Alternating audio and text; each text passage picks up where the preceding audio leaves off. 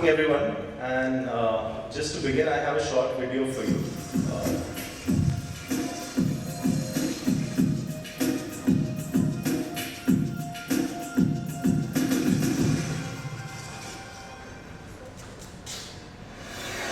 The way we interact, socially and in business, is changing dramatically. Digitalization is taking place all over the world, at home, in healthcare, finance and industry. Those who innovate and take advantage of the digital opportunities are the winners of tomorrow. If you don't prepare, it could be the end of your business. Until now, we have used technology and our knowledge to speed up production, reduce costs, optimize logistics, and cut time to market. Now, your core products and services will become digital. Just think of this cup of coffee. The future is digitized cup communicating with its surroundings and using artificial intelligence. The cup will know when you want coffee, which blend you prefer, the right temperature, and when you walk towards the coffee machine, the machine will instantly recognize you and your preferences and will present your favorite choice. Most businesses can't manage the digitalization journey by themselves. You need an experienced team. Crayon Digital 360 is where you start. Crayon has developed a framework to guide your business through the digital transformation journey. It is aligned with worldwide industry standards, open and commonly accepted frameworks and methodologies, and it serves as the foundation on which we engage with our customers and partners. Don't let the digital transformation break your business. Use Crayon Digital 360 as your starting point and let it safely guide you on your digitalization journey.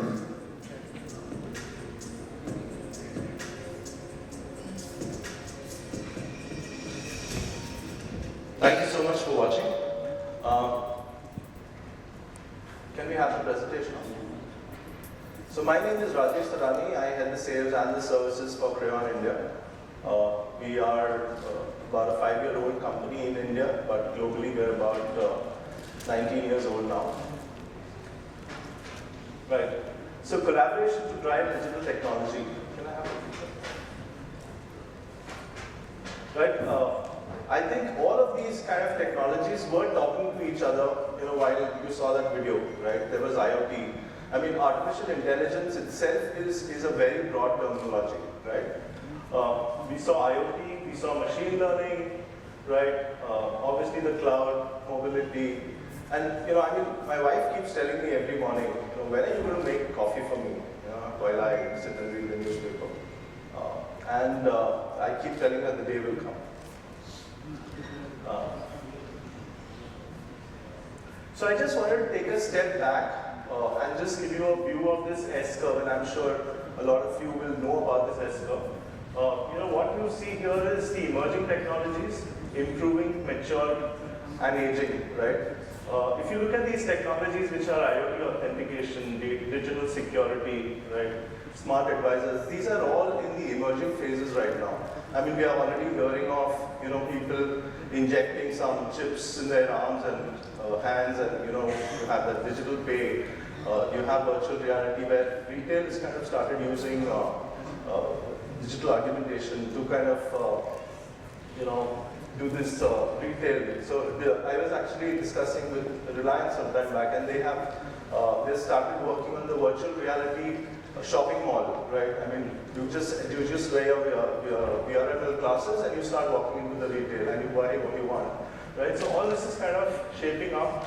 But what's improving is the hyperscale computing. IoT sensors, we already heard about IoT being discussed on the manufacturing side, right? Robotics, processors, right? So all this is in the improving stage right now. And if you look at the mature, right, the business processes, we already discussed, I think Jayanta also spoke about business processes. So this is already there. And of course, on-prem enterprise, you can actually see it kind of already on the mature route, already moving towards the aging stages, right? So this is where, we look at this S-curve, and if I have to kind of just, take a step back again to kind of show you the adoption curve, right? It looks exactly like this, You have the innovators, you have the early adopters, you have early majority, and that's typically the takeoff time, right? So if companies are not here in the takeoff time, I think then, it's late majority or the laggards, right? So it's time for us, and I think this is what the inflection point is, where we all collaborate together and make this happen for us.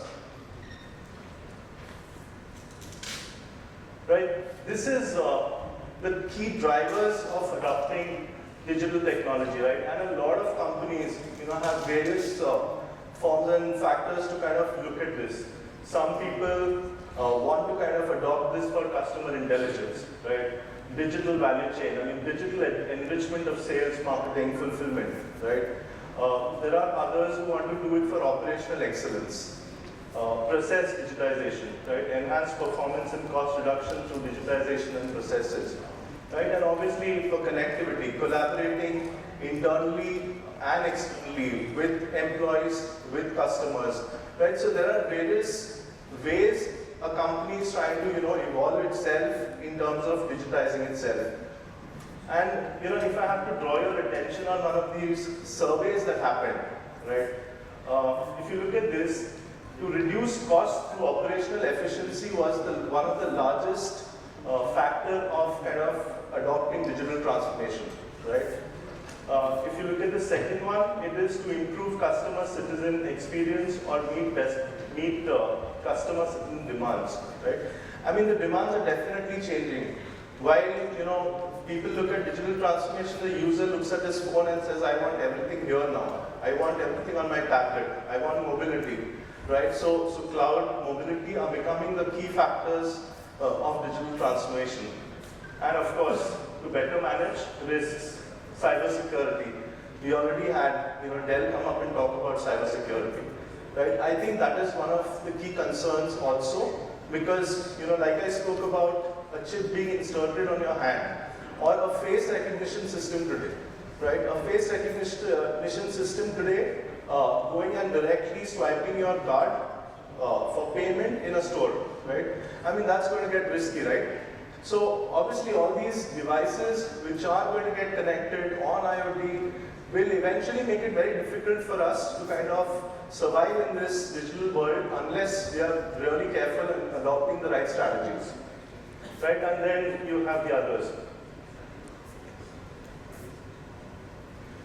So this is typically, and again, a step back. This is how we used to procure earlier, right? On the on-prem model, which is now I showed you as phasing out. If you look at this, you look at the gray pieces, that is actually what you need in terms of software, right? And software is one of the biggest components of your cost on IT today, right? Everything, in fact, is becoming software. So if you look at the yellow portion, that is what you provisioned earlier, right? The IT vendor or the software vendor would come and tell you, why don't you buy for, like 5 years ahead of you, right? You plan for the next 5 years, and you started buying. There are user rights in the software which enable you to kind of use more than what you actually know, right? That is what you see in the green portion, right? So what really started happening is you definitely got over-provisioned. Which means you may have a lot more licenses today than you need. And while we get on the cloud, it becomes a little pain for you because then you don't know what's your return of investment while you move to the cloud. Are these licenses going to make use for you or no? Can you really use them on the cloud or no, right? And that's typically where the cloud value comes in, right? You got a complete visibility and control of what you have, right? You could optimize your spend, right? Not unless you know actually what you have and what you can deploy on the cloud, but you can definitely control it. The startups definitely can take a lot of advantage of this. Innovation, so of course you have the scale and you can innovate, and we've heard of a lot of discussions which happen on innovation as well. Management and predictability, right? So this is typically where the cloud comes in. And that's typically where Crayon engages with you. Right? We are global leaders in software licensing. cloud transformation, and associated consulting, right? We have a very unique methodology, and I'm going to share some insights there. This is our presence. So we are present in about 40 countries today. Like I mentioned, we are about 5 years old in India. These are our own IPs to kind of help you, establish yourself or digitally transform to the cloud. And I'm going to again, speak a bit about these. Digital 360 is something that you saw, right? I mean, that video you saw was about Digital 360, and that's like a framework to help you, completely comply on your license while you move to the cloud. The consulting about, the digital transformation itself. So our cloud architects typically help you. So if you look at the line below, it talks about your business need, the solution design, where our cloud architects come into play, transition to the cloud, where our project guys come into play, and of course manage and governance, which is one of our key plays. This is how we work. This is typically the business model, and this is where the collaboration also comes in. Direct business is what we do, and we also work with a lot of indirect business partners and ISVs. So let's say the SaaS model itself, right? A lot of companies are now trying to evolve with the SaaS model, the software as a service, which is an easy transformation journey to, so whatever you need, just pick up a SaaS solution and you deploy, right? And you move ahead. So we have close to about 600 partners that we work with, where we can collaborate together and give you a faster journey to the cloud. And again, these platforms that we work with, the SAMIQ is the license provisioning software platform actually that can help you build your policy processes in such a way that you do not, overuse your licenses, right? So there is no overage. Unnecessary pay for what you're not using, right? And that's what SAMIQ does for you. In fact, it goes to the extent of building processes and policies in your organization. Like, we have a repository there of tons of policies, which can be customized to your standards, right? And of course, we have consultants there who can help you do that. I mean, these policies are basics like, let's say you have a software asset management team and you have a procurement team, right? And the user now says, I need this particular license. Now, does the procurement go to the software asset management team and check whether there is a license available or no? Is the question, right? And that's where the optimization starts, really, right? Unless there is a policy in place of shelving the software, whatever was used when an employee left, you will never be able to optimize. So there are tons and tons of such policies that can be customized using a SAMIQ, right? Cloud IQ again is a cloud provisioning platform where you can actually go ahead and provision Microsoft and AWS, because we are partners with Microsoft and AWS. You can actually go to the level of even monitoring cost centers of your departments, right? I mean, we had this problem of departments going and swiping their own cards. The marketing saying, I need a server, he goes and swipes, and the IT doesn't know what is happening. Right, so you can actually go ahead and provision departments to manage their cost centers on the cloud usage, right? And of course, Empower IQ, which helps you, give a lot of, there is a lot of training material actually for your teams. You can empower them. There is learning and adaptation. So we do not really engage the way, it's like we engage and we would like to move out, right? So even a SAM practice that we have, we help you train your people. So let's say, in fact, it's both ways. If you do not have your teams, we can engage proactively. If you have a team, we can be at the back end of the team providing the right consulting services that you would need. Like, let's say, SAP optimization, right? Your company may not have the skill set to kind of do SAP optimization, but you definitely may have a team to kind of help you, help your journey with the SAP HANA or, SAP to the cloud. Now that's where we come in, right? So we can help you on both sides. We can take care of the consulting piece, or we can take care of the complete piece. Like I mentioned, about the practices, we do have a cloud infrastructure practice, mobility and security, analytics, intelligence, license management, and training skills. So in fact, we are also an accredited partner to an international ITAM, the ITM. So in case you need any training services for yourself or your teams, you can reach out to us, which is CSAM, CHAMP, CTAM. So all those are listed on our website as well, which is crayon.com. So this is typically a more drill down into what really we do. We analyze your software, design, plan, implement, manage, and not taking too much time. But this is a little more drill to the overview of the cloud services that are available with us, right? So it's again across the board. In case you're looking at some POCs to be done, we can definitely go ahead and engage with the large guys like a Microsoft or an AWS and help you with those POCs as well. Since we are a global partner, it is very easy for us to tap into the large partners. Right, so for migrations, implementations, you could actually seek help, and we will definitely be there. In India, we are across.